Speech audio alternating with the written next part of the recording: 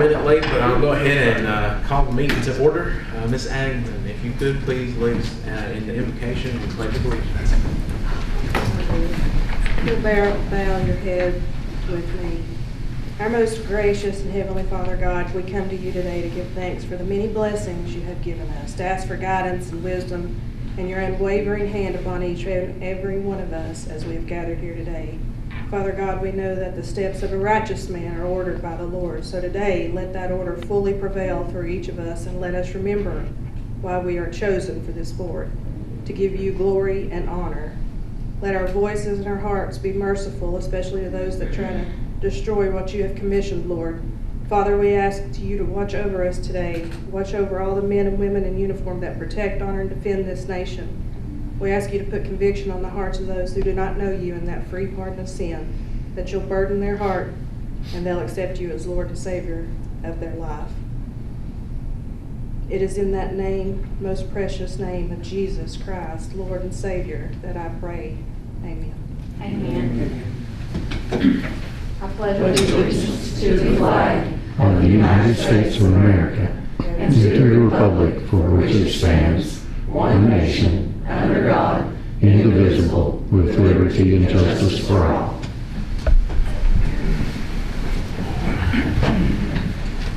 Has everyone had a chance to look at the, roll call. Mr. Chair. I got it. Roll Darrell call. Jeter, District 1. Here. Michelle Glover, District 2. Here. Eddie Skeen, District 3. Here. Michael Bricky, District 4. Here. Danny Castile, District 5. Here. Chris Manus, District 6. Here. Stephanie Addington, at large. Here. Mr. Chairman, you do have a quorum. Thank you, sir. Has everyone had a chance to look over the agenda? Mr. Wilson, do you have any additions? I do have one addition to add, Mr. Sumter from VDOT. And I would recommend that we add him to the A on new business, so Okay.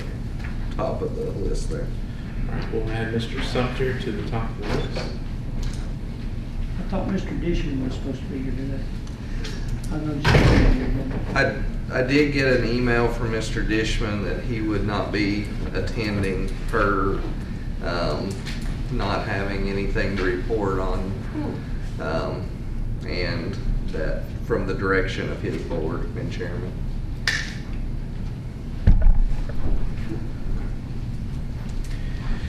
All right. Do I hear a motion to add VDOT into new business? So moved. Second. And approve as amended. Sorry. Motion to add and approve. Motion to approve and amend as. All right. Everybody in favor, vote by way of saying aye. Aye. Opposed? All right, motion carries. Has everyone had a chance to read the minutes from the last meeting? Are there any additions, corrections, anything like that? Mr. Chairman, I do have a couple of corrections. Okay. Under the supervisor's comments, 9 actually, the Cumberland Outdoor Access Legacy Land Acquisition, that should be 65,000 instead of 65 acres. Okay. Also under Social Services Electrical Assistance Program, that should be PIP, P-I-P-P, and not PIT, P-I-T. Okay. That's all. Okay. Anyone else? All right. Do I hear a motion to approve the minutes as amended? So moved, Mr. Chairman. Do I hear a second? I'll say, Danny. Danny. All right. Mr. Skeen makes the motion. Danny has still seconds. All in favor, vote by way of saying aye. Aye. Opposed? All right, motion carries. All right, it's time for citizens' expression. I got a little thing to read here. Citizens' expression period is a point in the meeting where anyone who wishes to address the board may do so. If you wish to speak, please come to the podium and state your name, where you're from in the county, and or what organization you represent. The board may or may not respond to anything you say, but we will take everything you say into account when making future decisions. Please keep your comments concise and businesslike. If no one has signed up to speak, we have no particular order. We ask that you take turns and speak your business. Any action will be considered after we close citizens' expression. Sometimes that's a little looser. But this morning we have Ms. Peggy Tice signed up, and then we asked that you just take turns. Oh, I'm sorry, and Melissa Gilmore. I'm sorry. I moved my head. Thank you. Good morning. Good morning. I'm Peggy Tice from Snowflake Road, and I'm here as a broken record. I need to just probably do a recording, I think it is better when you come out. but it's about dirt roads in Scott County. And they have more dirt roads in Scott County than any other county. I'm getting all choked up. But my question, but I found out before the meeting about Mr. Kilgore getting us more money funded for dirt roads, all dirt roads in Scott County. And I want to thank VDOT for the great job that they have done about keeping the roads passable during all this bad weather. And like I say, the dirt roads are last, but we understand. But we still have to get out, but you know, when you have to travel it, you got a bad opinion. But anyway, and then I've noticed too, another thing that I want to bring up is that these side roads, little side roads that's been repaved, well, I'm wondering where that funding's coming from. And that refers back to, I think, well, you know, more money for dirt roads. And I would like to see Scott County be more prosperous by bringing in businesses and having more revenue for Scott County. And the 6-year plan, we want to always remember to keep Snowflake Road on the 6-year plan. And I want to thank you all and have a great day. Thank you.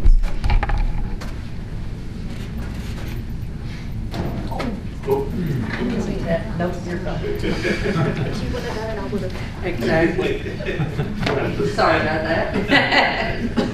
My name's Melissa Gilmore, and this is Mary Beth Lawson, and I'm the current mayor in the town of Dungannon, and Mary Beth is my last mayor. We both took over in December. So we're still new to all this, but what we're here asking for is for some help financially for our 4th of July celebration. Dungannon's been holding their celebration. This will be our 45th year. It was started back 44 years ago with Nancy Robinson and Wanda Duncan. And we're a town, I know you all know, less than 300 people. And some of the people can't even drive. They literally live in the apartments or just, they walk. So that's why we try to keep everything just right in the town for them. This year we're trying to go bigger and better because it's the 250th. We've lined up 2 different bands. We've lined up the bounce houses for the kids, and we're trying to make everything as free as we can this year for the kids so they don't have to pay for anything. We're going to honor the veterans and also the current service members, not only the county, but any surrounding place that wants to come to be our grand marshals. We're going to build them a float and have a whole 250 freedom parade for them. But what we're here for is asking for money. We would like $2,000 if possible. I know in past years they've not asked for that much, but like I said, we're trying to do things where we don't have to charge kids or anybody to do anything. Everything will be free except the food trucks. I mean, that's the food trucks, that's not on me. And we do little things that are free for them. We have a hot dog eating contest. We did that last year. They had a ball with it. The adults had more fun than the kids, but they had a good time. And we're also going to do like watermelon eating contests, foam parties, glow stick parties, the whole works, as much as we can. We have a lot of big ideas, and we're little. You know, it's about 4 of us that are trying to put this together right now. We have me and Mary Beth on the special events right now, and then we have 2 of the fire departments that are trying to help us. So we're just asking for all the help we can get right now. And I know y'all can tell I'm a little nervous. I'm fidgety, but I mean, we're trying to do a lot of big things in Dungannon, and I think this spring people's gonna see some stuff, because we have a grant right now, we're putting solar panels behind our depot and also behind our town hall to save on electricity. We have a $360,000 grant where we're redoing our basketball courts and our playground equipment. And we're also getting ready to purchase the land right beside the depot that we can expand and do more right there. So we are trying, and things are gonna start looking a little different this spring for us. But we just need help in this area because we don't have a lot of revenue in Dungannon to help us. I mean, we have basically 2 stores and 2 food trucks, so, you know, we just don't have a lot of people that can help us financially. But we thank you for listening to us.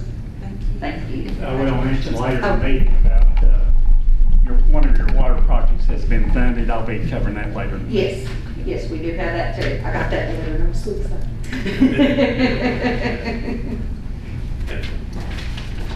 Anyone else for public expression?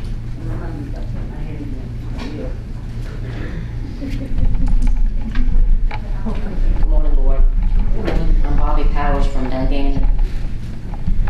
I'm here to follow up on my correspondence with Treasurer Kevin Helms regarding the status of the county reconciliations. After 2 weeks of silence, I finally received an email from Mr. Helms yesterday around 2 p.m. In that email, he attempted to direct me to the school board for answers on matters that fall squarely under the Treasurer's control. I have corresponded directly with the State Auditor of Public Accounts. They have explicitly confirmed that the responsibility for oversight and reconciliation of all local funds belongs to this board and the treasurer. At the start of this inquiry, when the county administrator abruptly stepped down, it raised a fair question. Was that departure a response to the looming fiscal challenges we are discussing today, or perhaps a sign that she felt she no longer had necessary control over the process to ensure its integrity? I am eager to see if the books are truly completed. We need more than just a status update. I have 4 technical questions. I also forward this to Kevin. The $2 million discrepancy. If the $2 million was handled correctly in prior years, why was it suddenly missing from the 2024 records? If it has not been handled correctly in the past, why is it only being identified as a discrepancy now? Has this specific amount been resolved for 2025 fiscal year? Given that the 2024 completion resulted in a disclaimer of opinion, who has verified that 2025 reconciliations are accurate and supported by sufficient evidence documentation this time? Do the 2025 reconciliations show $0 variance between the general ledger and a bank statement? Or is that $2 million or any other amount still being carried on as an unreconciled item? In light of the state auditor's confirmation that oversight is a local responsibility, what specific changes have been made to the reconciliation process this month to ensure the 2025 audit does not result in another disclaimer? The state auditor has made it clear the buck stop here. We all want completed to mean the books are fully balanced and transparent. Thank you. Ms. Powers. Anyone else for citizens expression?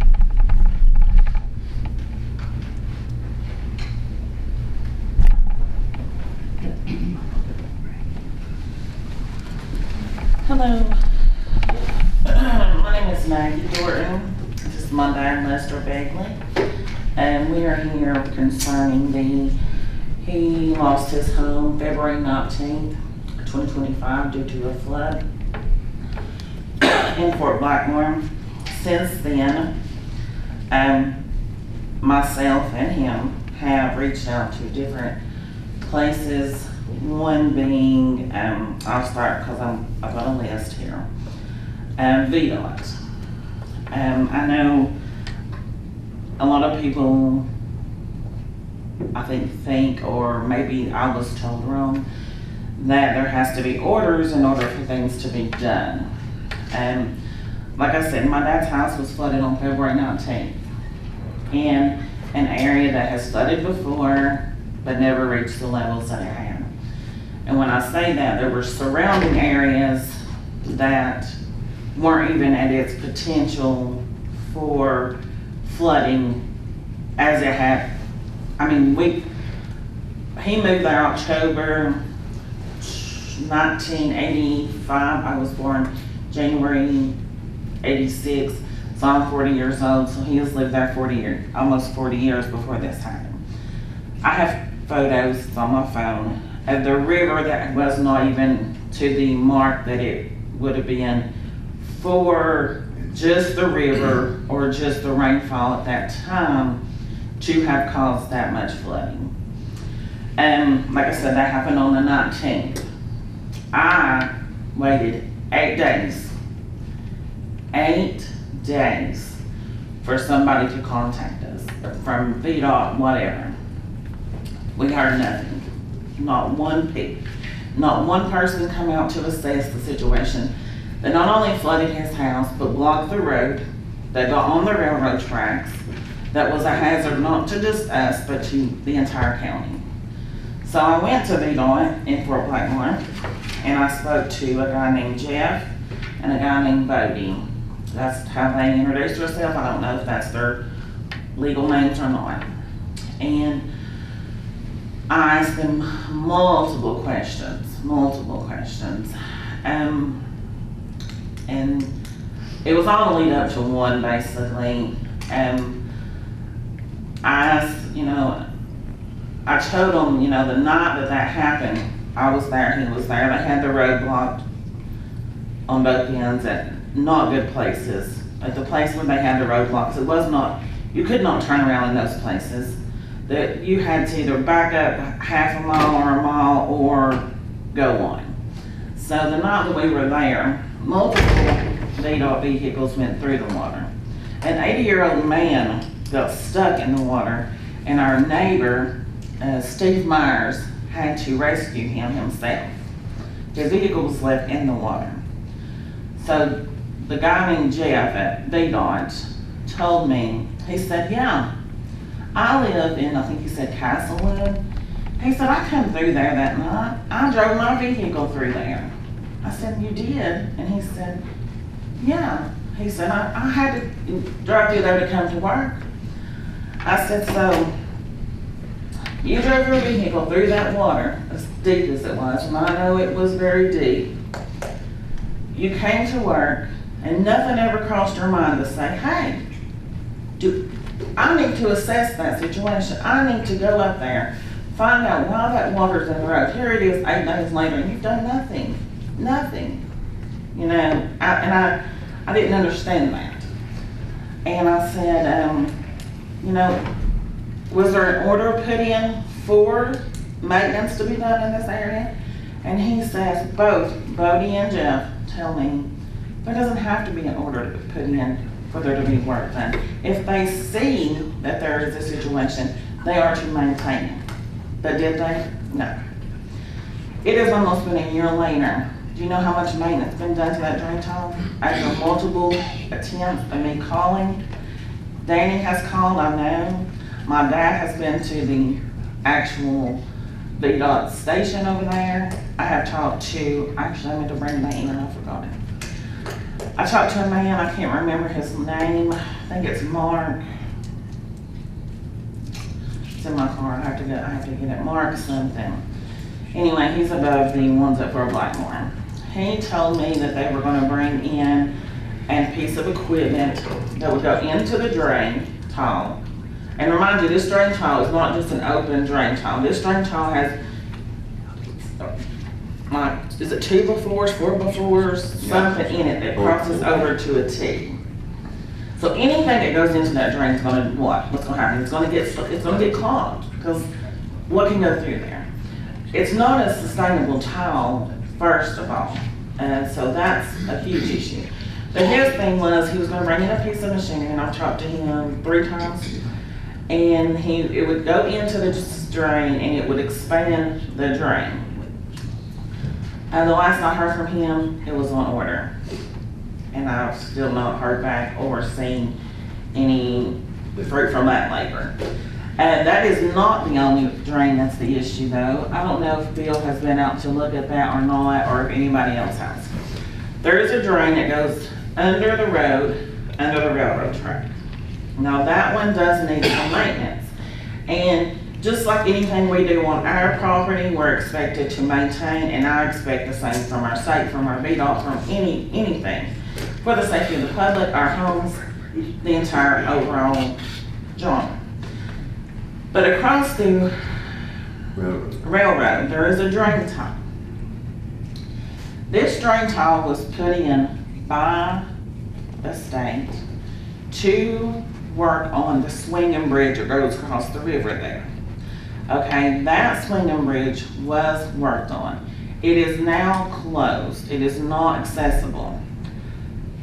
That drain tile, like if this is the drain tile, this side of the drain tile has some dirt still about it. This side of the drain tile is completely, the dirt, everything is eroded. So the water coming out of the holler from my dad's comes down by that drain tile and it's eating away this bank that holds the swinging bridge. So that swinging bridge is making its way into the river. It's gonna be another hazard.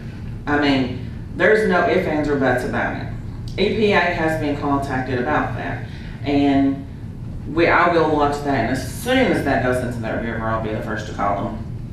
And I'm not being mean about that, it's just, when you've gone through this, as long as we have, you're just over it.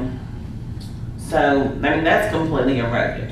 I mean, if you want to get my phone, I could probably, but so, that drain tile itself serves absolutely zero purpose at this point.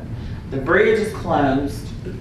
It's not even covered. You can see the drain, and even the drain back behind it that goes under the road and the railroad track. So we've asked that that be removed. We have signed waivers. The landowner has signed waivers, and nothing's been done. I mean, it's just a hazard all the way around for multiple reasons. So that's one issue.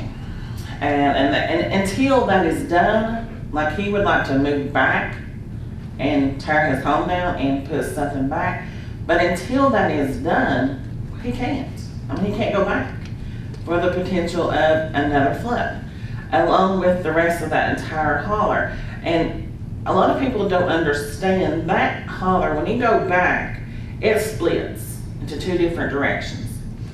When you go back to the right, there is multiple other hollers that feed into that.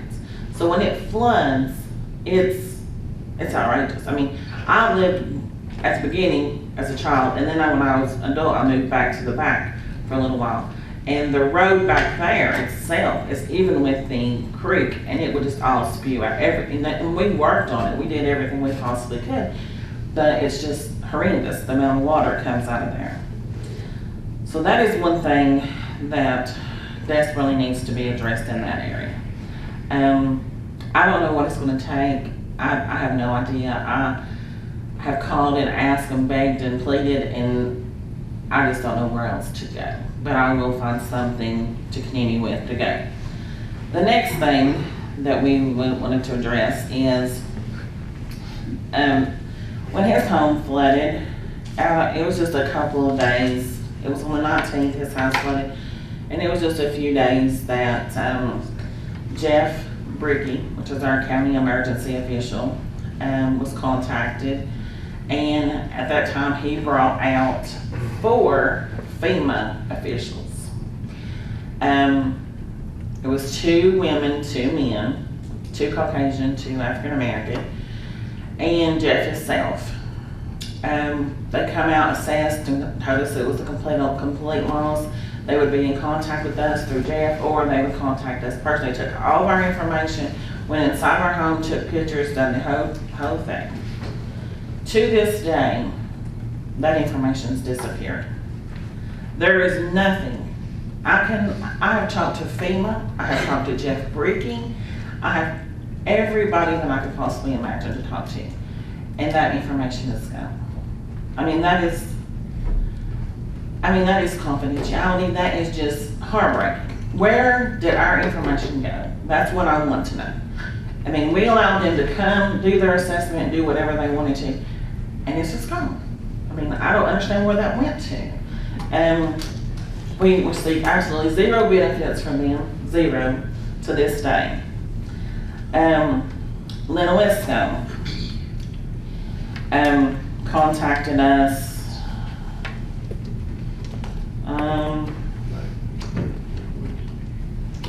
It's been several months ago. They initially have contacted us. Jamie Fleming from Wise County, who has been phenomenal. She has went above and beyond. She really has, and stayed in contact and did exactly what she said she was going to do. The Lenowisco received, if you don't know, $50 million to assess people in this area with the flooding issue. When we were talking to FEMA and Jeff Brickey at the time of the February 2025 flooding, there were 4 people in this county that was affected by the flooding in February 2025. It was my dad, a neighbor, his name's Greg, and 2 other individuals. One lived on White Tanker Drive or something like that, and I can't remember the other one. I think it was Mariah Cove. I do not know if those other 2 people have received anything. I don't know if they've heard from FEMA. I don't have a clue. Lenowisco, like I said, has the $50 million, and it's first come, first served basis on that money. I have read on it several times. I have not read where they have said, okay, we are allotting such and such, this person, this amount of money. All I find is, it's first come, first served basis and things of that nature. The first initial thing they came to us with was an extremely small amount that I don't wish to share with everybody. If you would like to know, I don't care to share with you guys. I feel like that's personal information that we don't need to share. We turned it down. I mean, I'll be honest with you. It wasn't enough to build a decent porch. And I'm not being mean, that's just the truth of the matter. So then just yesterday, Jamie Fleming calls me back and says that it had been reassessed, and because of the $4,000, it was assessed to being not a total loss, is what I think this letter right here reads. Yesterday, she calls me back and tells me that it has been reassessed and that it has now become a total loss. And it increased the amount by just a small, still not in a significant amount to even potentially even think about building anything back in its place. And I know that a lot goes into account for that as well as anything, and you have to prove and things like that where this money is spent. And one of the things that Jamie and I talked about, because she does most of the work and I just get the information, is the tax, what the tax ticket says that the property is valued out and things of that nature. And the home behind my dad's it's getting the same amount, let's just say that, for a house that, I'm not being mean when I say this, I really ain't, but is considered more so as a shack, okay? It was only been occupied for a small amount of time, and it didn't have running water, it didn't have bathroom, didn't have septic, didn't have anything. It was just, it was in serious condition. Got the same amount of money as my dad's home that he has lived in for 40 years did. So when I look at that on a scale, that's, how do you justify that somebody's home for 40 years is getting the same amount as a shack, basically, okay? Well, he never did live, he ain't lived in within 5 years, he just come there and sit and struck most of the time. Yeah, I mean, it wasn't even necessarily a livable place.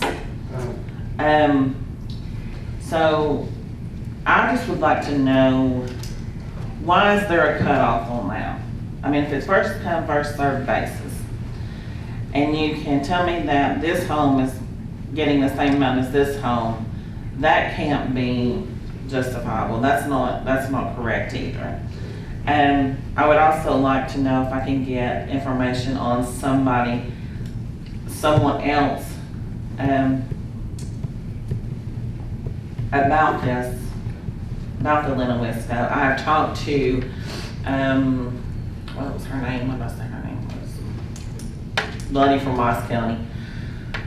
And she doesn't really know. She's just doing her job, and she's doing a great job at it. To see what the limitations is on that. You know, the true limitations, and somebody to explain to me why, you know, I don't understand. I just don't understand it, period. They're giving, and on that, they're saying that you can get the money for runoff roadways, fencing, I think it was, farming. And don't get me wrong, I know that all that's important as well. But when you're talking about somebody's home as opposed to a fence, that's a big difference. That's a whole different area. So that's our main concerns, I think, as of right now. And I will also, I plan to call the VDOT guy back too, to see where that stands. Because like I said, we can't do anything. We can't even tear it down at this point to even think about doing anything until we get clarification and see what, because even with FEMA, they told us not to do anything until we heard from them. We haven't heard anything. We can't put nothing back because we can't get what the issue is fixed. Well, so we're just stuck. Here it is a year later, and we're just still next the same boat. to the last supervisor I met with over at the VDOT station, he told me this. He said, I'm here, big my time in. He said, I'm getting ready to retire. He said, I'm not going to screw it up. Where he told me. And that seems to happen a lot, you know, and I know that's not everybody's After the issue. Port but- flood, I signed the paper and put the tile in, stuff, no, through the road. He said, I have it there tomorrow. And tomorrow I've never come there yet. And that was Mr. Jeff Wilson. I mean, he wanted to promise a lot of things, and he was one of the ones we talked to before he retired, and he made a lot of promises, and we had a lot of things signed, waivers signed, where he could do whatever he wanted to on the property, and he never fulfilled those promises. And that was, you know, it's been years, and he's not the only one. I mean, it's been an ongoing situation for forever. That was the first day he took charge over the park lot. He come to me, he said, you signed this paper. He said, I had pipe stuff there this thing or tomorrow to put under there. It's 19 for the pipe. It sounds like y'all have done everything that went above and beyond Well, what we should be requiring of people to do. I've been there, they worked that bridge about 25, 30 years ago. They dropped the bridge 2 foot, I proved to you. And the water that already did reach the bridge this time. 77 had never hit it. That's both been the highest we've ever had. 57 never hit it. No. And then, when, you know, like back to when I went. They might be left, it seems 57. Like when I went over and talked to the VDOT men 8 days after this happened, I asked them, one of the questions I asked them was, what is your thought on, you know, why this happened? And the guy looks at me and says, well, I think it was a cloud burst. I said, okay. No meteorologist has said that about a cloud burst. What caused the whole flood? But that's what he had I got to add this. What caused the whole flood? Back whenever that there storm hit, back in September, their cut through line there. Well, the state department, they dumped those riff rocks in there Yeah. beforehand. Just dumped right over in the top. Well, in September, so I think somewhere before September there, they come there and dumped those riff rocks. Well, September, that flood come out of the storm and brought all them leaves and made a dam. So even when they cleaned it out, that's what they cleaned out. But there is That's what they a pulled took out. for them. It was the rock and the kudzu vine that had just intertwined in onto that. That's their Danny manager and your supervisor. So, I mean, it's just a huge issue and the road there with the tile is going under the road. When you're driving it, if you pay attention, you will bounce. Like it's caving in. But car meet you, it looked like it dimmed his lights. Yeah, because you bounce, because that tile is giving in like this underneath, and the road is sinking. And we've been told, well, it's not a VDOT problem, it's a railroad problem. You call the railroad and they say, no, it's not our problem. It's not the railroad problem, because the railroad, I didn't know this, I lived there for years. And I didn't know this. Railroad tile is up there even with state road. This year, 15, 20 feet below state road. Below the railroad. Right, and honestly, the railroad is much easier to deal with than VDOT. You call them, they normally come and assess. They come and they're willing to take care of their issues and problems right away. But getting everybody else on board has been a huge issue. Everybody said, oh, the railroad will be your hardest. No, I disagree so heartily. They're totally responsible for their equipment and things that they need to do. We've got Mr. Sumter here today. We'll talk to him about that. He is over our district for the roads for VDOT, so we'll talk to him about that situation. But as far as the FEMA and other situations, can Mr. Wilson, Mr. Deans, can you all follow up on that? I know a lot of the floodplain stuff falls under Mr. Deans' purview, so. Follow up with FEMA. I just want to clarify on the money like that Lenowisco's helping with. That's from the governor's recovery funds that he opened up for Helene and the February storms. And that's not just Lenowisco. That would be statewide. I think it's more limited, maybe Southwest, but to be distributed. And I will say Jamie Fleming's done a great job helping out with those applications and getting the paperwork together. And I know Mr. Dingus and Mr. Williams went out and filled out inspection sheets. The original inspection sheet that we had, by definitions, didn't allow the classification to be under a total loss. But they did change that. So that was that original amount that I think was offered to you all. They did change the inspection sheet to then allow for that particular inspection to fall under total loss.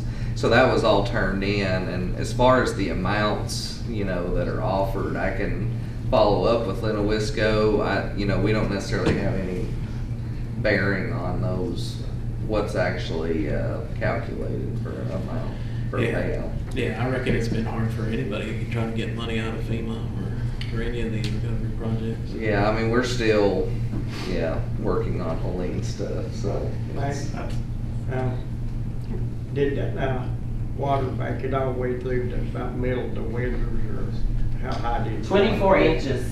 There is a blue mark in the kitchen. It's with a permanent marker that FEMA marked with, and it was 24 inches to their measurement. And they told us, once it gets above your plug-in, like your outlet, your electrical, that's when they deem it a total loss, is what they told us.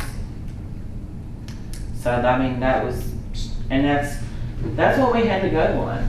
And, so they came out days after, and did all this.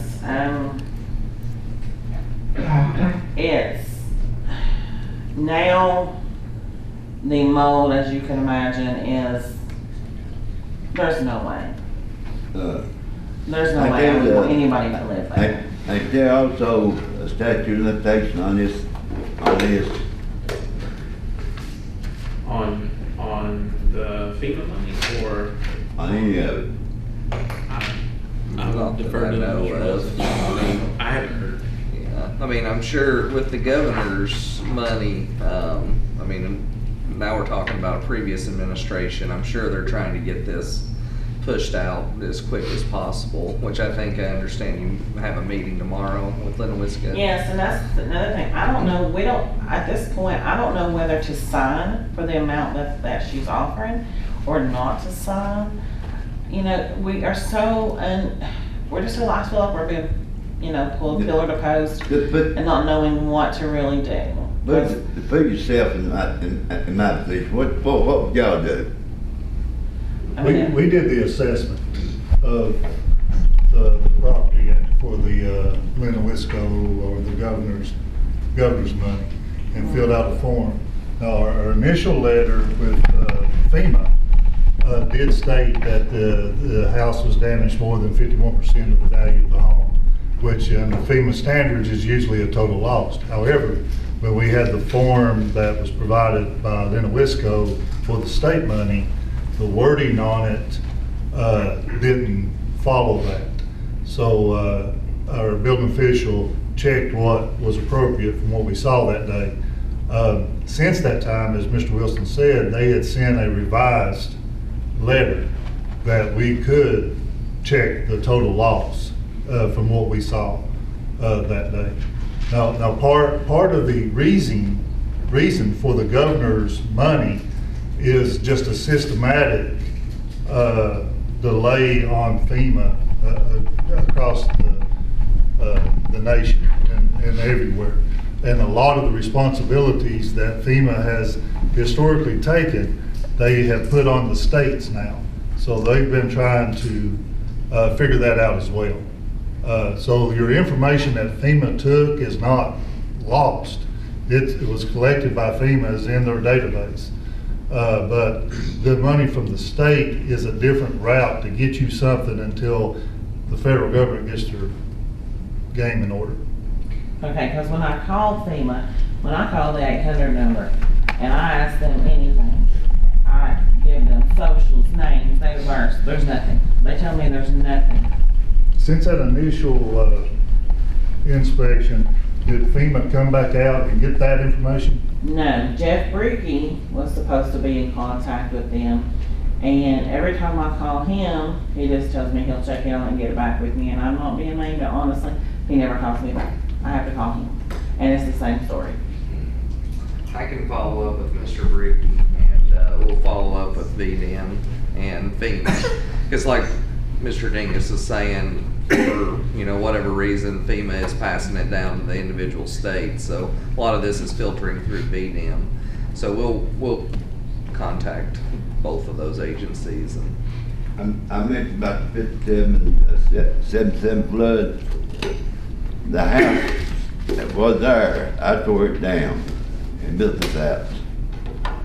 And I moved up the hill about 10 feet where it was in 77 and 57 boat.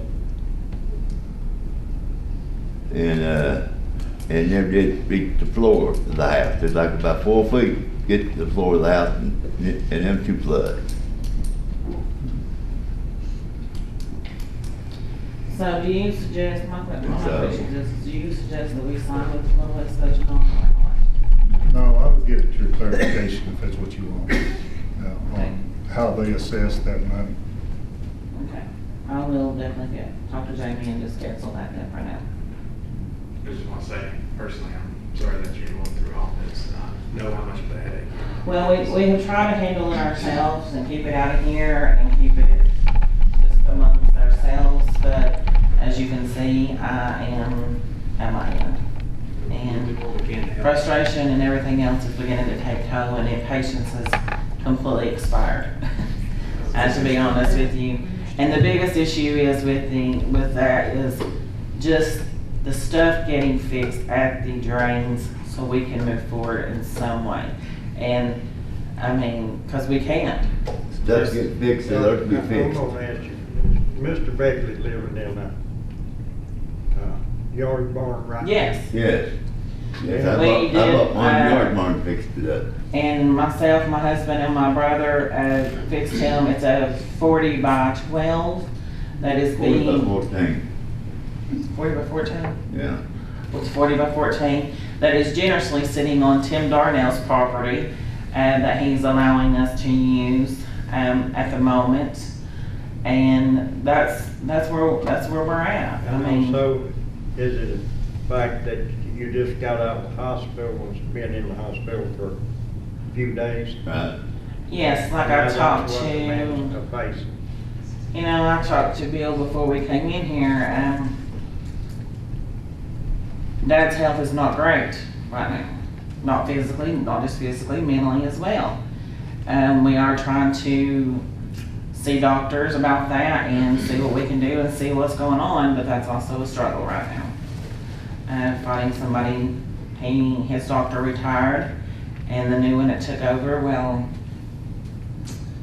she's straight out of school and she wants to do this and do that, and what do you don't adjust a 80-year-old man's medicines that he's been on for 100 years. So I mean, it's just a struggle. But and one of the things that has affected him, and mainly mentally, is leaving his home. From the time that it's happened till now, the decline in his mental health has drastically went down. Drastically. And he may not see that, but I see that. My brother sees that, my uncle sees that, everybody outside sees it before you do. So, I'm not saying he will go back to that holler. I hope he lives to get to go back. And I hope we can take either one he's living in back, or, maybe something a little bigger. I mean, could you imagine living in a 40 by 14 and 8 foot of that is for a bathroom and a washer and dryer? So, you're living in what, 32 foot? It's a house. It's a roof over his head. Let's just say that. It's a place to keep men honest. Yeah. So,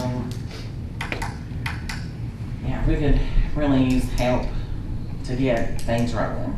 Will do. Thank you all for coming. All right, thanks. Thank you, I appreciate it. Anyone else for citizens expression? If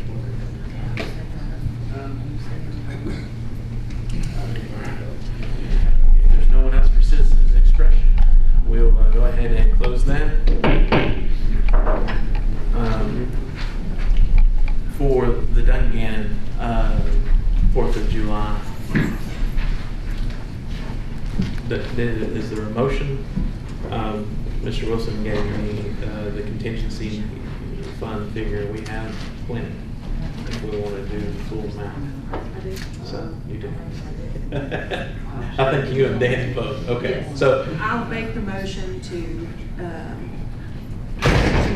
grant $2,000 from our contingency fund to Dungannon for their 4th of July celebration. and Danny seconds. Everybody vote by way of saying aye. Aye. Opposed? Motion carries. Good luck and congratulations. Thank you. It'll be great. We're going. Go back to the calendar. All right, moving right along here. Sorry, I was writing down a bunch of details here about that one. Here. Moving on to unfinished business, A, Cove Creek. Mr. Wilson. Yes. Mr. Dingus, what we got on this? So far on Cove Creek, I've spoken with the Army Corps about possibly what they could do as far as a permit. I know that you have as well. Several times. Right.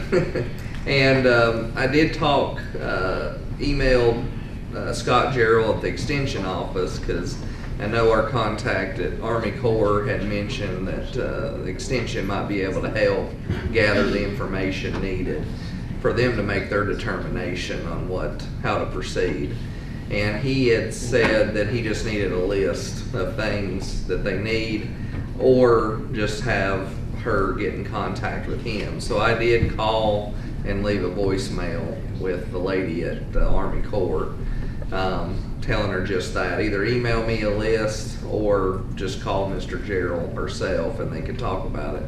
And that's kind of where I'm at. I haven't heard back whether or not they've been in contact, and I haven't got an email list or a call back, but I'll stay on it. Okay. Appreciate it. My big question with her, the last time I talked to her about the permit, was she wanted the linear feet. Right. And I told her feet wouldn't do it. Needed to go more miles, and she said there's no way that would be approved. Right. Yeah, that's what she had indicated to me was, you know, what probably at the most would be like 800 feet.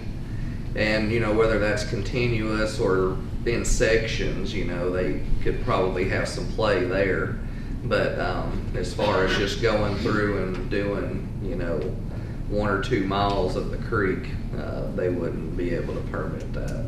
Would they be able to permit it 800 foot at a time?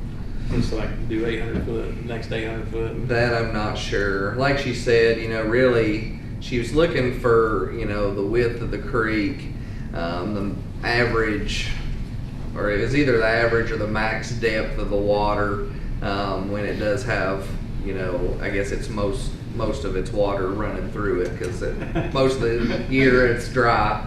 And then, you know, any other information that goes into their decision on how much material can leave the creek. And I think that's kind of what she's looking at. I think she needs to get to the creek when it gets up and let her measure it, don't you? Well, the problem right now, Danny, as you well know, is it's about to be flood season. Yes, sir. And the creek has no channel to flow in over there. It's just going to filled up. And it's going to make another channel right through them fields, just like the ones that's there now. Right down to that first house there. Then it's going to create another problem and a bigger problem. And I can give you excuses like they do, but we both know what it needs, and it wouldn't take a rocket science to see that the creek's filled up, dig it out. Yeah, the solution's simple if they just let you do it. That's the problem. The government don't want you to ever fix the problem. They want to be the problem. And I will say, since our last meeting, you know, I had sent the letters out. I did get a reply from Morgan Griffith's office. And so they said that they would continue to work on it. And they know of the conversation with the Army Corps. And of course the Army Corps, you know, knows the situation as well. As far as flood concern, if you have a tractor, front loader, or friends with bulldozer and stuff, and you have material on your land, you can build berms like we talked about between the creek and your house to protect your house in case if there's a flood event. Just keep it off the creek bank. No. Just back up off, you know, do it somewhere on the property. There's nothing stopping you from building berms on your property, on material that's on your property. But that's not going to help the problem, because it's going to wash the berms right back. It might keep the water off your house, though, if you have. I like the way that was worded, that you could put the berm on your property. I think that you own the creek, so that's your property too, the way I see it. And what I see that they tell that they own the water. And the water's what's done damage to your property, but they don't seem to want to pay to fix the problem of what their water done damage to your property. Nope. But if it was my water and I did it to your property, I'd be sued. Now, it seems like to me that, you know, I've been working with Morgan Griffin's office for 6, 7, 8, I'd say close to 9 months. And we're no closer, maybe a little closer. And I thank Josh for really helping us. But we still ain't got the problem solved. And like you said, here we are again. in flood season, and how much rain we get or way the water flows, nobody knows. But the deal is, it's coming one day or another. I just don't know when. And I don't know how we can make so many mistakes. I don't think we make them, but it seems like we always get a roadblock some way, shape, or form through the government, just like Mr. Begley fighting FEMA, you're fighting FEMA, people down our nation, you've seen that with FEMA. If it ain't the FEMA, it's the state. If it ain't the state, it's the government. I don't know why we have to make everything so complicated when it ain't much to it, just fix it and move on. No, and the bad thing now is everything's in position to clean it out and do it if they just give us permission. Just give permission. If we had permission, we're ready to go on it. I agree with you. Hopefully we can get that permission soon. That's what my hope is. Get them whatever the information they need to say go. Because they know that you've lined up someone that'll take the material. So I agree. We'll keep pushing. We'll see. Hey, it's just like football games. It's going to be won by inches. I think if they want that they want some information, I think come down there and look at it and get all the information you've needed. Yeah. I can give you the information, but if you don't go look, you don't know what you're facing. I sent her some photos of the situation, but that's nothing like seeing it in person to express the gravity of it. I know how you can get action. Get me to go in the excavator and get in it. You'll see how fast that they'll come down there and put me out of there. Yeah, get them that way. You'll get action then. All right. We'll keep pushing on this. All right, thank you all. All right, next is... One more question. Uh-huh. Are you gonna handle the permitting process, or do I need to still tackle it? Well, permitting won't come through us, but I'll stay. If you want to keep calling Army Corps, go for it. Yeah, I will do the same. Yeah. All right, thank you. Thank you, Mr. Peters. All right, moving on to our next item of business is Keith Memorial Park. I believe we got a little plaque here for him. Yeah. And I'll invite Mr. France up.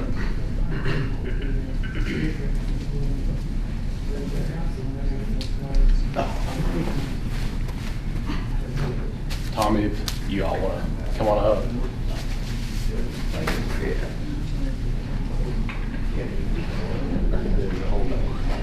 Sure.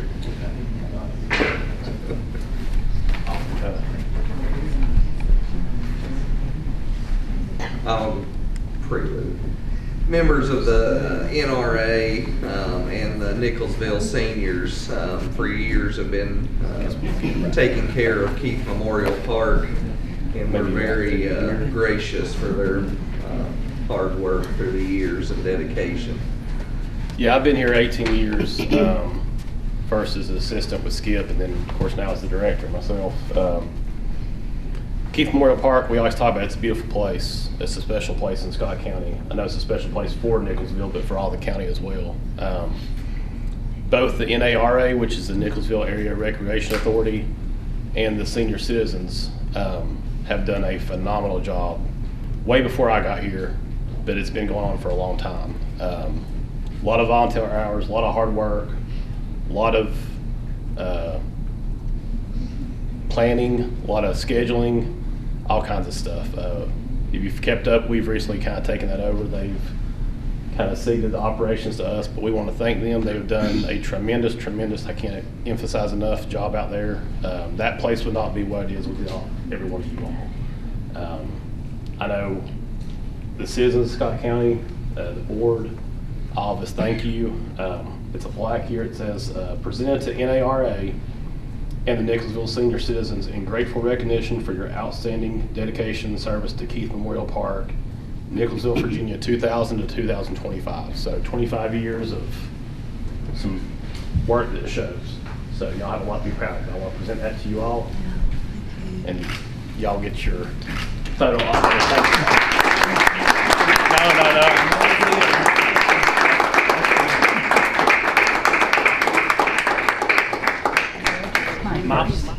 See, I hate reporters. All right, now look right here at me. Maybe make you a little bit smaller. Oh, you guys look great. 1, 2, 3. One more time. 1, 2, 3. Perfect. Thank you. Congratulations. Joe's smiling? I think he is. He's smiling right there. Joe's Congratulations. Tommy, did you want to? Did y'all want to say? I think Tommy was wanting to say. Come a few over here to words. the microphone. You want to say something? Go ahead, Tom. Thank you. Thank you.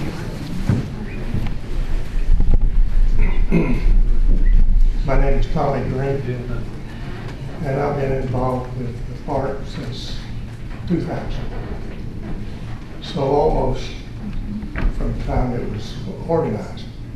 But I wanted to just remind you all that the vision of that park up there came about because of one man, Joe Meade. He had the vision. When he passed, he turned over the keys to Larry Vicker.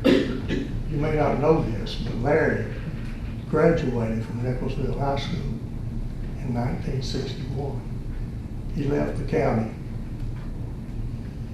worked all over the world, and came from a little hamlet called Nicholsville. So we have a guy there he's worked for myriad corporations. And he's what I call a fixer. They sent him to fix the problems.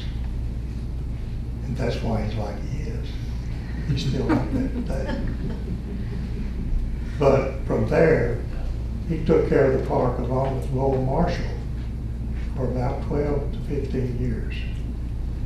And he's retired now, just recently. And that's why we had to turn over the park, the running of the park, to the county, because we have somehow gotten older over the years, and we cannot keep up the pace we used to. The county has taken it over under the leadership of Derek France. He's the head of the recreation department. So he's been a big help in getting everything set up for the county to take this over. And the Planning Commission of Nicholsville has come alongside, and they're going to handle when problems arise. They're going to handle it from the Nicholsville side, which will take will take a lot of responsibility off of the county having to come up, hopefully. So I could name other people besides Lowell and Joe and Larry. Gerald Meade is our new president. He's younger, I think he's 77.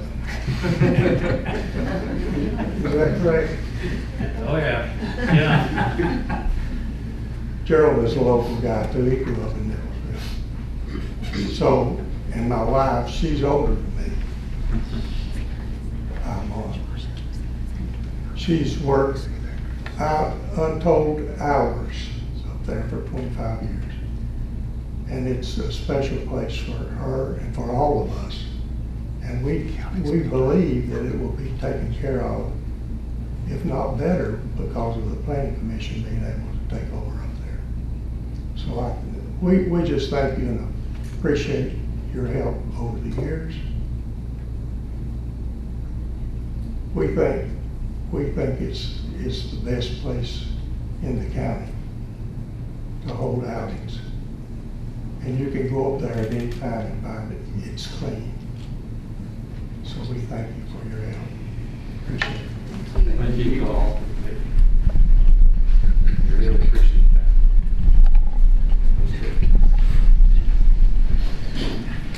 All right, hard to move on from that, but moving on to potential cancer cluster information. we received anything else from the Virginia Department of Health other than the promise that they're still working on this. Is that correct? Correct. Yeah, I don't have anything to add. You know, the town hall, they held, I guess that was the day or so after our last meeting. So I don't have any updates from the health department. I don't have anything else either. I was really hoping Mr. Dishman would come because I had asked him to do that the last time. So I just want to make that clear. I also went to their board meeting to ask.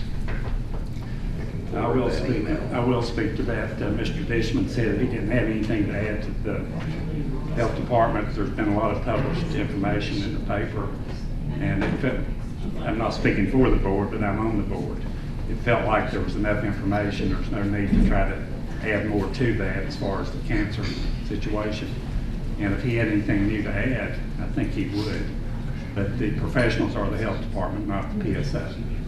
They follow all their testing procedures, probably more than most people would know. I think See, there's that's what we think. I'm sorry to interrupt, but that's what I wanted him to, verify. I think that's been stated several times. Yeah, but it needs to be coming from him, in my opinion. Yeah. We'll see if we can't get that maybe in like an email form at the very least. I'll send you the email that I received. Okay. And see what we can do to move ahead on that. I did see that the extension office was offering some well water testing. Yes. Is that correct? Yes, that is March. Pick up the kits and bring those back. I'm going to look at the date right now. I can't remember the exact date. And that's for well water? But it is for well, spring, or cistern water, if you have those types of well. Yeah, that's or water, I'm sorry. At least we're getting more eyeballs on that, so that's good. And the Virginia Department of Health did say they would release the next report as soon as they got their data in. I didn't misunderstand that, did I? That's correct. I believe for, that would be the data from 2024. Yeah, and that'll be in spring. this spring. Yeah, I'm thinking March is in my head, so. Yeah. The samples, excuse me, I have a flyer here that I can send and we can maybe put out onto the county website maybe if you'd like. That is, you register for the sample kit, it is $70. You pick it up on March the 2nd around 6 p.m. at the Scott County Extension Office, and then you take it home, collect your water sample, and bring it back by March the 4th to the same place. So if anybody has any questions about any of those, I mean, I'm happy to, reach out to me. I'm happy to send you this information, or we can And that's through the extension office? It is through the extension office, and Scott Gerald is our extension agent. He's been instrumental in getting these folks down here to do this. So I would encourage anybody and everybody who has well water, cistern water, or spring water to do that. Yeah. It's worth it to know It's what's worth in it. there. I mean, $70 is what the cost is. All right, moving on. Yeah. Moving on to casino. Yeah, I just wanted to update the board. After our previous board meeting, the Regional Improvement Commission did meet and basically took no action on, changing the split or anything. There was not a letter sent to Richmond from the commission as a whole. Instead, it was left up to the individual localities if they wanted to send a letter stating their position. So I guess that would be my ask of the board, is if you would like me to send a letter stating our position and what we have, what you guys decided last month as far as keeping the split the same.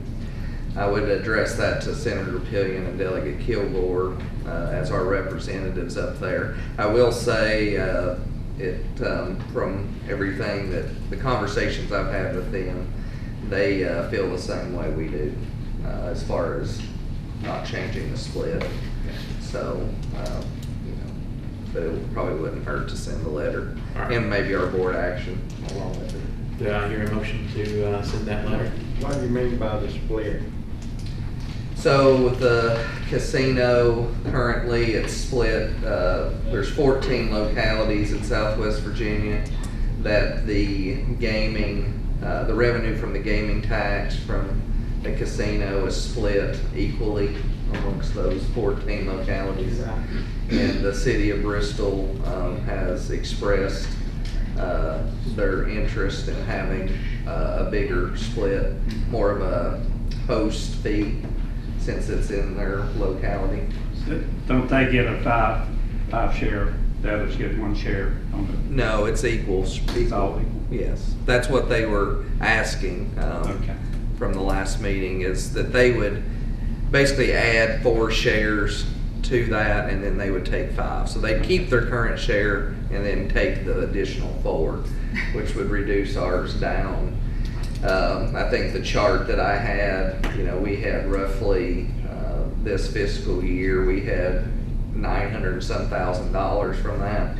If that were to have happened, it would have cut us down into the 700s. So we would have basically $200,000 difference there. Well, the way I see it, I think we might need their share, because they're getting tax dollars from the people coming there. So, I mean, they're gaining more than we are. I mean, if they're gonna be a hog, I am too. Well, it was definitely, you know, set up to be a regional asset, and so that's kind of the feeling from the commission, is we want to keep it that way, you know, based on what it was founded on. Keep it the way it's It helps everybody. I mean, it's much needed. Hey, John, can I ask a question? Yes. Is some of that split gonna go for dirt roads? So there's 3 categories it can be spent on. It's very limited. So public safety, education, and transportation. So it's sort of just based on the needs of the budget year on how that's allocated. But we do have to submit a letter to the commission every year, basically saying what percentage goes to what category.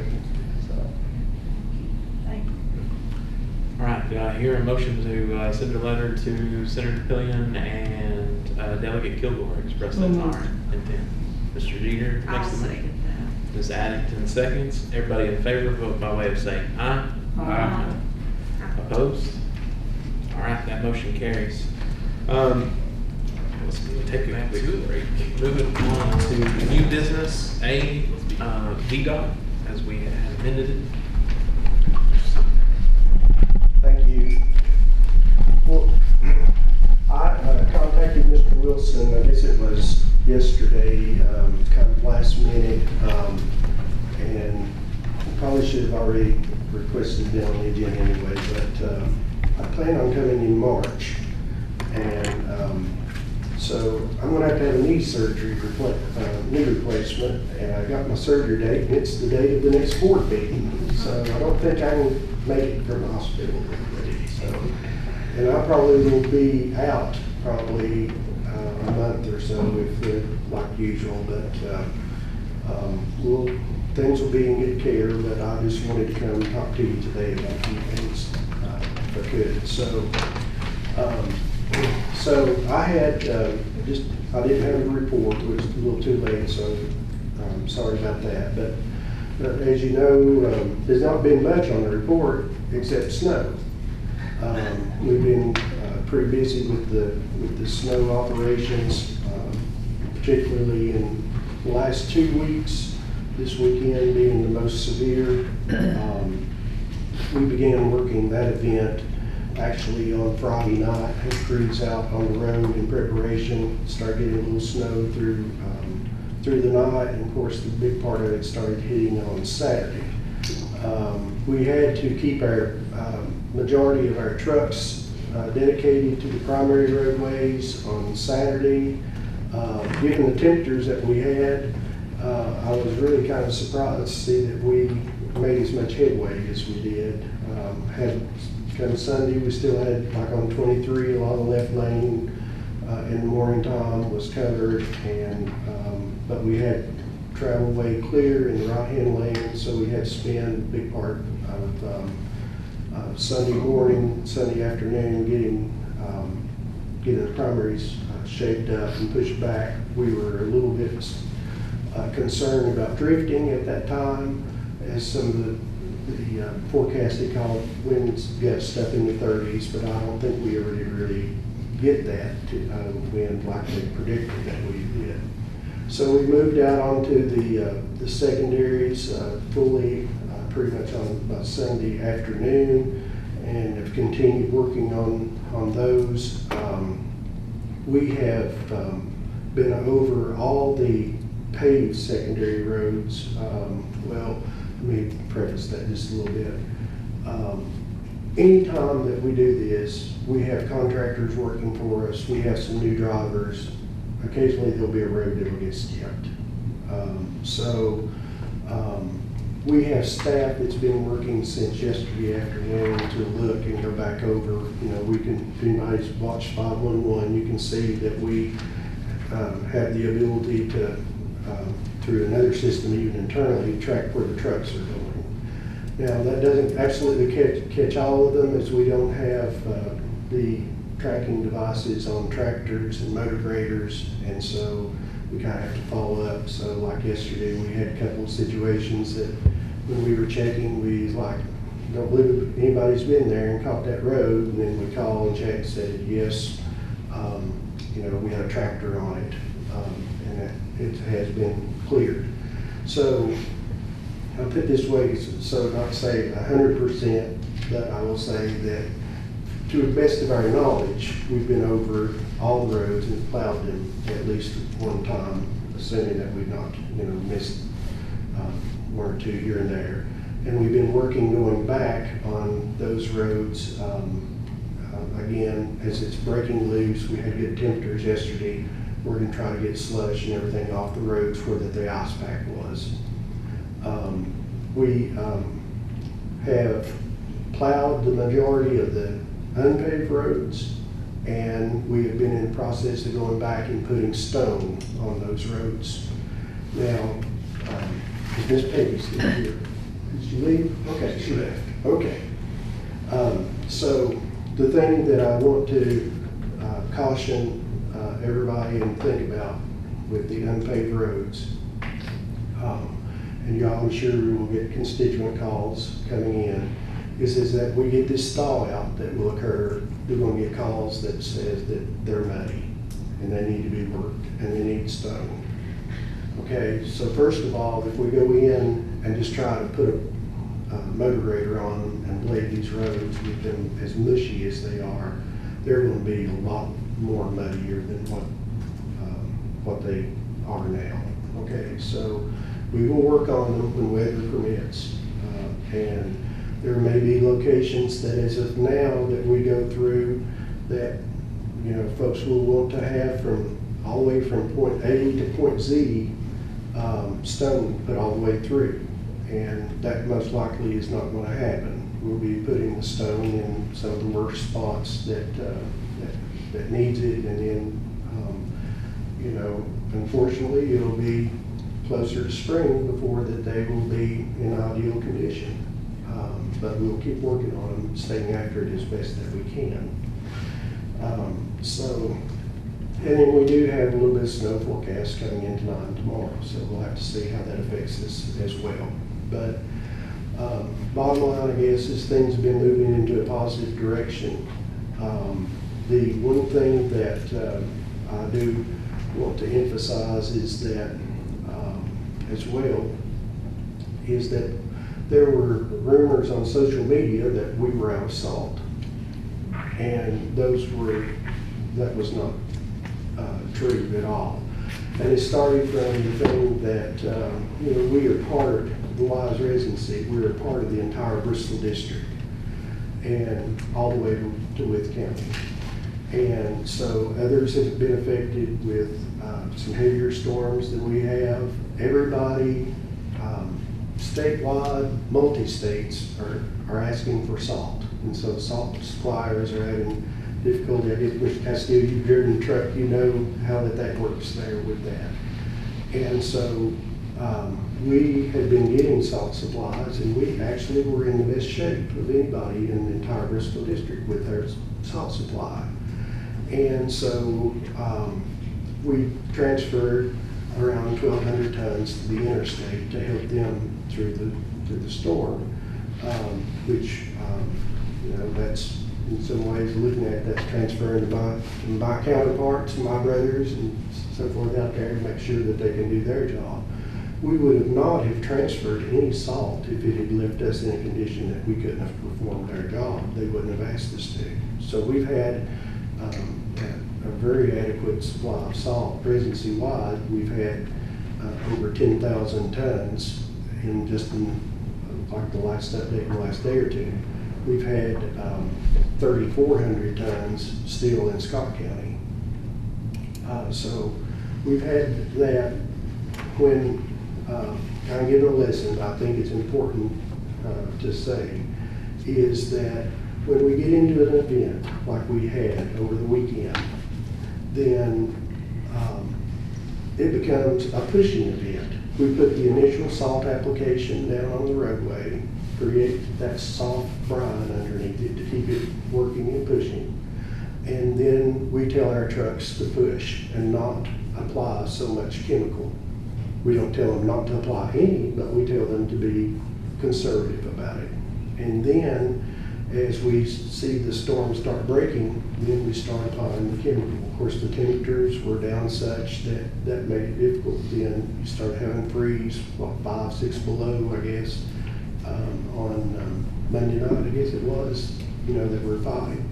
Salt usually works down by itself into the low 20s. Then we use calcium chloride with it, and that lowers it on down into the teens. When we get down into single digit or below there, then there's not much of anything that works. We have to wait for temperatures to kind of warm back up.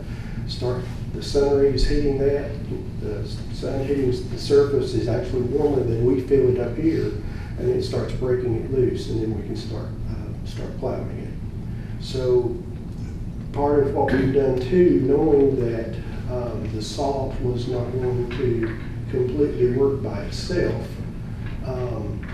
is that because of the temperatures, we also added in some very fine stone to try to help give traction. And so we go to what we call a mix, which is typically 2 dippers of salt on a truck and 1 dipper of the number 9 gravel, if anybody's familiar with their yard. That's a very fine pea gravel type of abrasive to help give traction during the storm. So that's some of what we've done. Again, I'm not out there with those guys in those trucks. I can just praise them for what they've done. They've gone through the battle of it. I'm up there aggravating them from the office just as much as I can, trying to make the plans. I've been at it for quite a while, about 37 years doing this, so you know, it's not much that you don't see during that time, but I've seen worse, and I'm really pleased with the job that they did during the snowstorm. So do you all have any questions or concerns or anything that you need us to check on related to the snow? There's some things I'd like to say. Everything that you said there is 100% true, okay? If you up north, they put cinders down because, like you said, after it gets down close to 0, salt bound to work. And the gravels is about the only thing on ice will get traction. And yeah, I'd heard it 2 or 3 times that Bristol got her salt, this, that, and that. I guess Bristol's trying to get her money too. And the deal is, that was just us having, you know, well, you gotta work together. Yes. I mean, that's the way life is. And I don't know if the salt would have done much with it anyway, as cold as it got. And And I can say during my time, sorry to interrupt him, but I can say during my time, there's been situations where it's been the reverse of when in the Wise Residency, we've needed salt and they've brought us salt from Lebanon or they brought it from Abingdon and helped us there with it as well. I think that where since you brought it up, now people maybe can understand and realize it's better to work together than work against each other, because you don't get anywhere by that. And one thing too, I will add too, that was hopefully will help us even more in the future is we are still pursuing, working on getting a contract out to build our new facility for salt at Bray Road. So we'll be able to have 2,000 or 3,000 tons that we'll be able to store there as well. So like we have within our residency that not everybody has, we have some storage facilities that hold quite a bit. Like at Fort Blackmore as an example, we can hold 3,000 to 4,000 tons of salt in 2 buildings there. We have a facility up at Wise at Glen Morgan that we have 4,000 tons of storage that we put in there as well. So those are the types of areas that whenever we do have to send, we're not taking salt like, okay, that say Pattinsville's got, 1,400 ton and we're not taking 1,200 of it and leaving them a 200 at all. We see that we have an idea using our experience of how much we'll need through a storm. Also, I don't know what they call the other side of the river at Fort Blackmore, what is it they call that? River Bluff Road, yeah. Some of them said they gravelled it and said all the gravels went in the middle. I don't know how you can have gravels now go in the middle, but I did get a call about that. Sometimes the traffic, as the traffic's going, we'll whip it. Well, yeah, we know that, but the way they explained it, okay. We know that the only way you can do that, you'd have to block both corners. First you shoot it in the middle. Of course, you know how you block it in the middle and shoot it down the tracks too. I know the state ain't gonna do nothing like that. But that was another thing I'd heard during the snow. What I seen, them guys, I thought done a very good job. I was out on 23 Sunday, and it's as good as the road could be fixed. I appreciate that. And up the river road had a few spots on 65. I think I even went out through the next day out through the natural tunnel, even through Bishop Town, Stanley Town. Wasn't nothing. Even through Marvin Acres and all that. Yeah, there was some snow where it was still on the north sides and stuff, but I mean, nothing that you wouldn't expect. But this is what I run into on Sunday. Parties, they wasn't even open. The dollar store ain't open. Family Dollar is. McDonald's ain't got nothing but quarter pounders and chicken nuggets. So now, I don't know what to say, but if you couldn't got to work that day and you couldn't have traveled, you shouldn't be on the road. Now, that's what I run up on Sunday in Delphi. Anybody else have any? I talked to most of you individually and you all expressed your things. About the situation that we were talking about earlier with the road tile. I was willing to get ready to that after the snow. Okay. Can I say something about what Danny was talking about the River Bluff Road? Yeah. That is a road, I'm from Fort Blackmore, I'm familiar with that area. And I don't know how many of you all have traveled that road, and know how it runs along beside the river, or how it is, you know, it's very, very steep in places. But I do know that one of the issues of that road is it is one of the ones that's potentially last to be worked. And I know everything has a timing, I understand that. The problem with that road, I believe, is though, there is a lot of farmers who use that road. There's a lot of livestock on that road that needs feeding. And where both ends, one end runs along the river, so you take a huge potential threat of, and even with tractors, you know, anything, of sliding over into the river. And then this end, you can go in from Fort Blackmore, and the hill getting to livestock in the area is ridiculous. There's nothing there to stop you from going over. So, like my dad that was here earlier, he come and my brother helped with some livestock in the area. And I know this past week, even to now, they're having a hard time getting there to feed the livestock because of the road conditions over there. And I know a lot of times, just like the road I live on Lorraine in Midway, buses are not even passable when school is in session on those roads anymore. So how can that be helped so that buses and things like that can travel when school is in session and farmers can get to their livestock? As far as the weather and the snow? Well, yeah, I mean, like where I live, for instance, I mean, I live on Lorraine, and buses can't even travel on my road when they, you know, have school in session.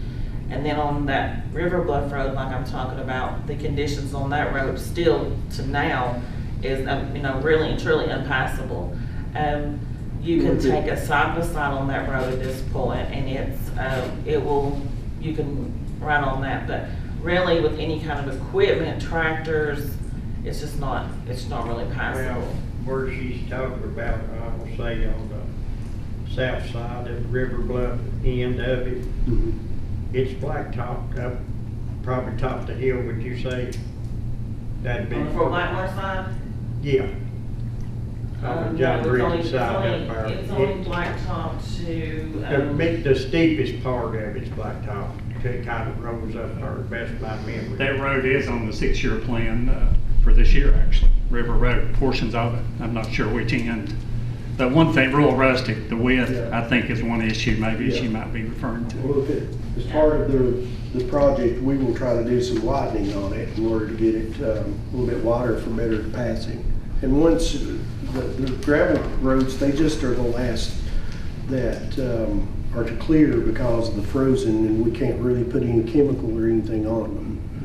Because it just causes them to become a muddy mush to sink up. I mean, I've seen it done before, and it just creates ruts. Kind of like, I always compare it to slot car racetrack. So that will help as far as that goes. The other is that, you know, again, we have our priority working primary, higher volume secondaries, and moving on out. We can ask and see where it currently is on the priority there with them, and see and let them know your concerns if you get out there a little bit because earlier. like I said, I mean, there's a lot of livestock on that road, and if you know anything about farming, in order for animals to keep warm, they have to keep fed. And without that, then the livestock, they die a lot of times. Okay. Can I say one more thing? I don't know the road number. I'll tell you where it's at. Road from Spears Ferry going back towards Mammal underneath the high trestle bridge there. Okay. I've been writing about this probably a year ago. Maybe a guardrail or something where it comes back across Copper Creek there from the, let's say if he's going in, go underneath the trestle. And you go out there maybe a half a mile to a mile. Okay. That right there, the road is elevated to the right to like put you over the bank into the creek. And some of them kind of concerned that tucking. I called the Hansfield office, and they must be scraping it. I asked them if they would, or maybe put some rock or something, because that's on the north side too, and ice. Okay. And I ain't got a call this year, so they must. Okay. But if you'd like to check that and Okay. check about a guardrail there. And what it is, when you come across the bridge there, it's a straight 90 degree. You might be aware of it. And you can't get no run and go. It's just a stop and make a right, and you head up through there. And like I said, it's probably got a 3% or 4% grade to the right. Someone's concerned, but. Okay. We'll check it. Okay. Okay.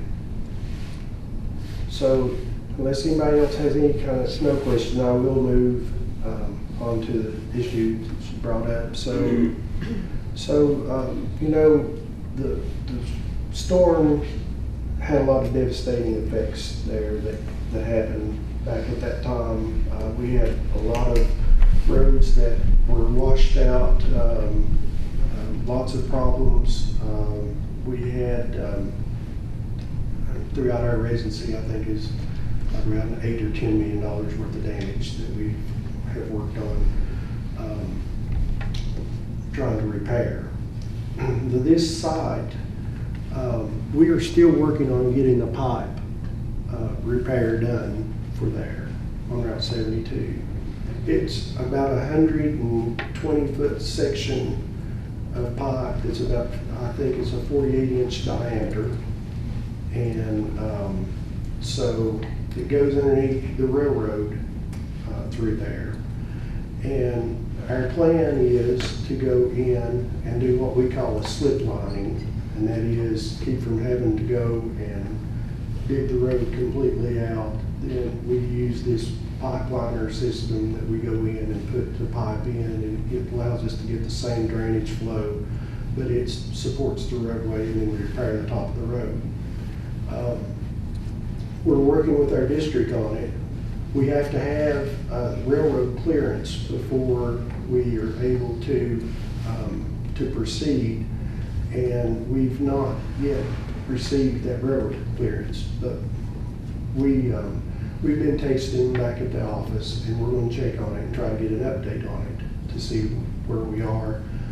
It's definitely one that we're wanting to get repaired too, and we've not been trying to neglect it. It's just been through some of the steps that's there with it. It's about $120-some thousand probably repair for us to try to accomplish.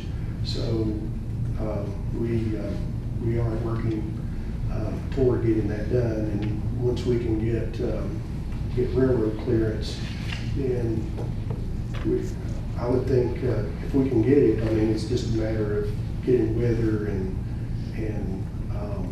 you know, probably a springtime project to get it done.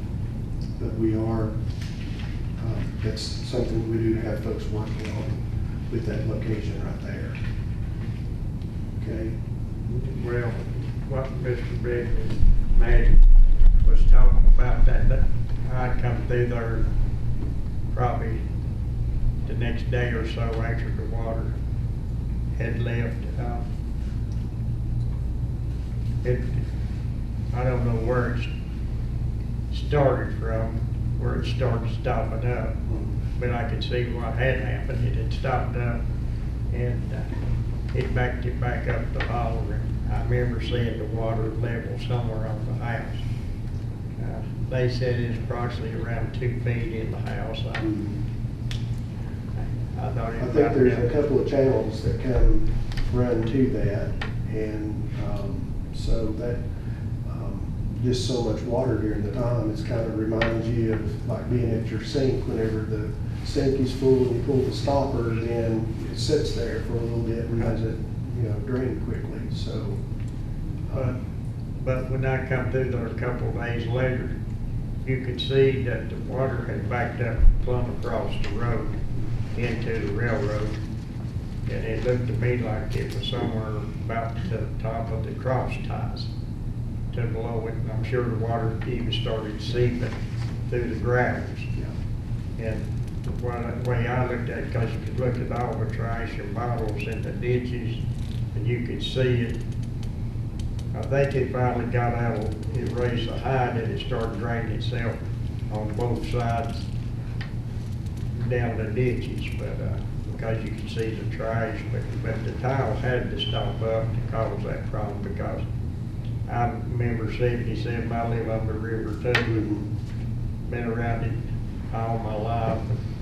Can't remember the 57, I wasn't born then. And they always told me there was one coming first of the century. It said the 57, then 77. And we've had a few pretty good ones.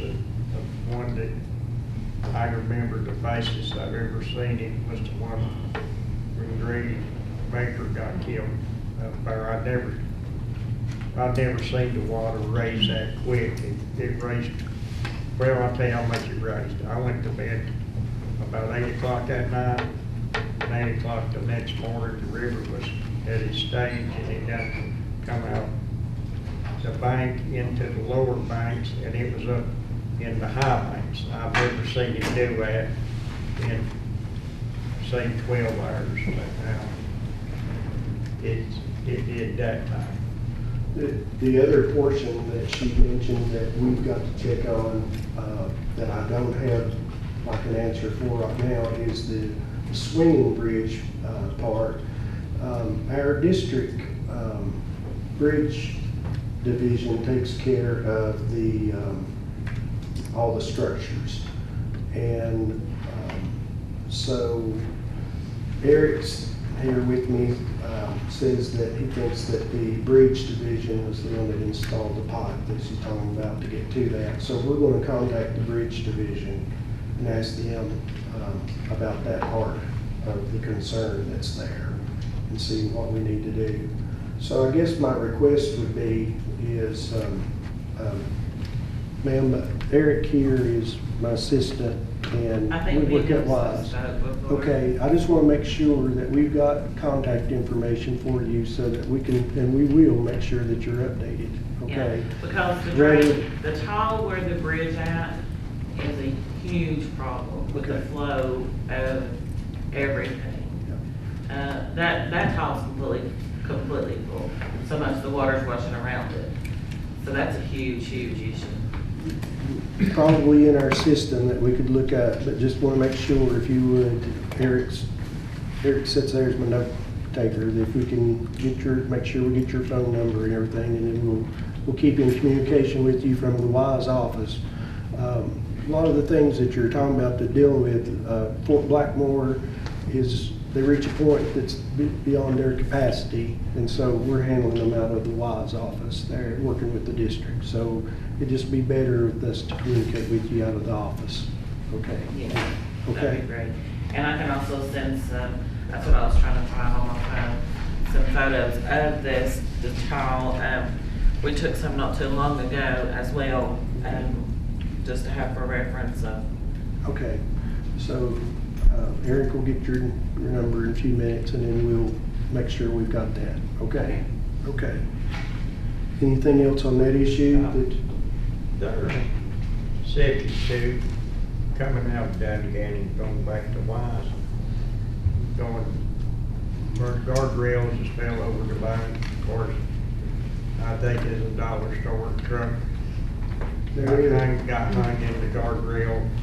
It'll be about 3 years in August, and that ain't never been fixed. Or We have, guardrail is one of our difficult issues.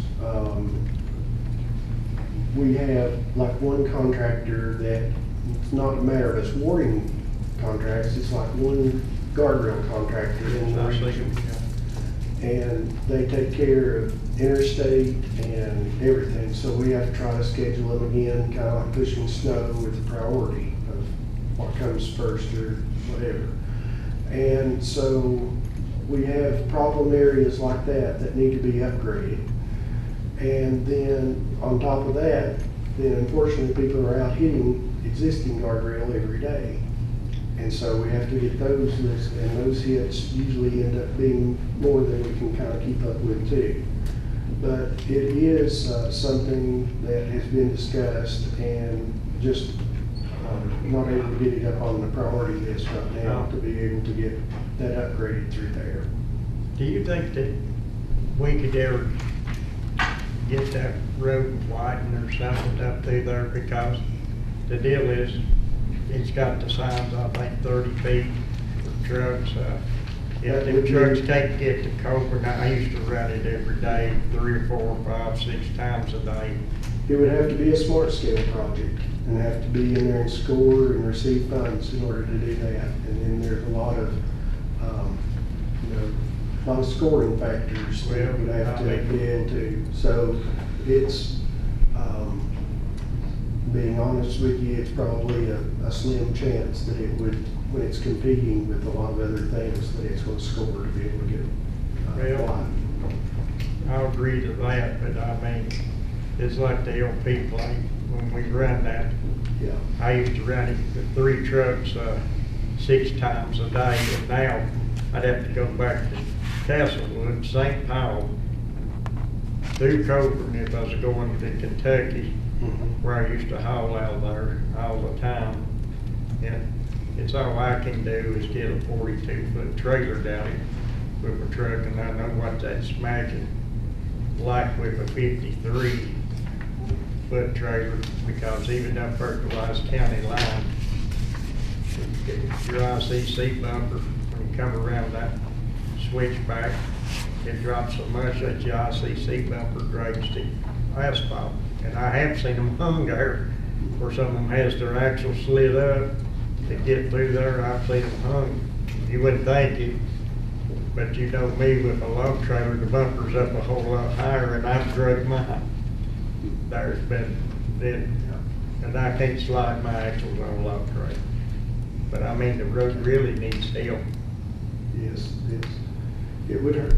It would definitely be good if it had some improvements, but it would have to go through that smart scale process to do that. I don't think I should have told Mr. Castillo I wasn't going to be here for a little bit. He's getting me for about the next 3 quarters, to the end of the year. Well, I mean, that's probably been there for 3 years, and don't seem like nobody's ever. It's just like I said, just trying to get it up to a priority where it could be able to get them there. And it's, the entire area needs to have some upgrades to the guardrail through there. And not only that, there are areas, that the shoulder are breaking off and low, and so it needs, it does need some work. We recognize that. It's just a matter of where it could be fit in, with a priority, being able to get it done. Where y'all built the concrete walls, I mean, that was the greatest thing that you could have done for it. Okay, on those things, Mr. Chairman, are we good for right now with that? I think so. Anybody's got any other questions? Okay, so now I got 2 other things that I'll try to leave you alone, okay? I promise not to be back next month, okay? Okay. We'll get you a video. You can video in? Okay. So I talked with Mr. Wilson, and I've mentioned to you all before a little bit. And last year, I think with Mr. Dingus and us working, we did pretty good on getting through the 6-year plan there and everything with it. But we were a little bit late getting it done. The process that we use is that we like to be able to have the roads selected that you're going to try to add to the plan, like in April is the ideal situation, and then have a public hearing for it in May. Okay, so there's a couple of still pending questions that are out there. So first of all, we don't know exactly where funding is going to land for this year. We kind of assume that we will hopefully be about where we were last year. And then we also are waiting to see the results and the final financials come in on some of the projects that we have been working on in this past year. I will be upfront with you and tell you that from what we're seeing, that because of comparing back still some of the estimates and what we actually had to do, we probably are a little bit over budget on some of the projects that we've just completed, which, you know, that's kind of runs with about anything you do. So we'll have to take into account what we got to, you know, make sure that we cover our costs. And then we also, I believe we had on Dean Hall, I don't think it was fully funded,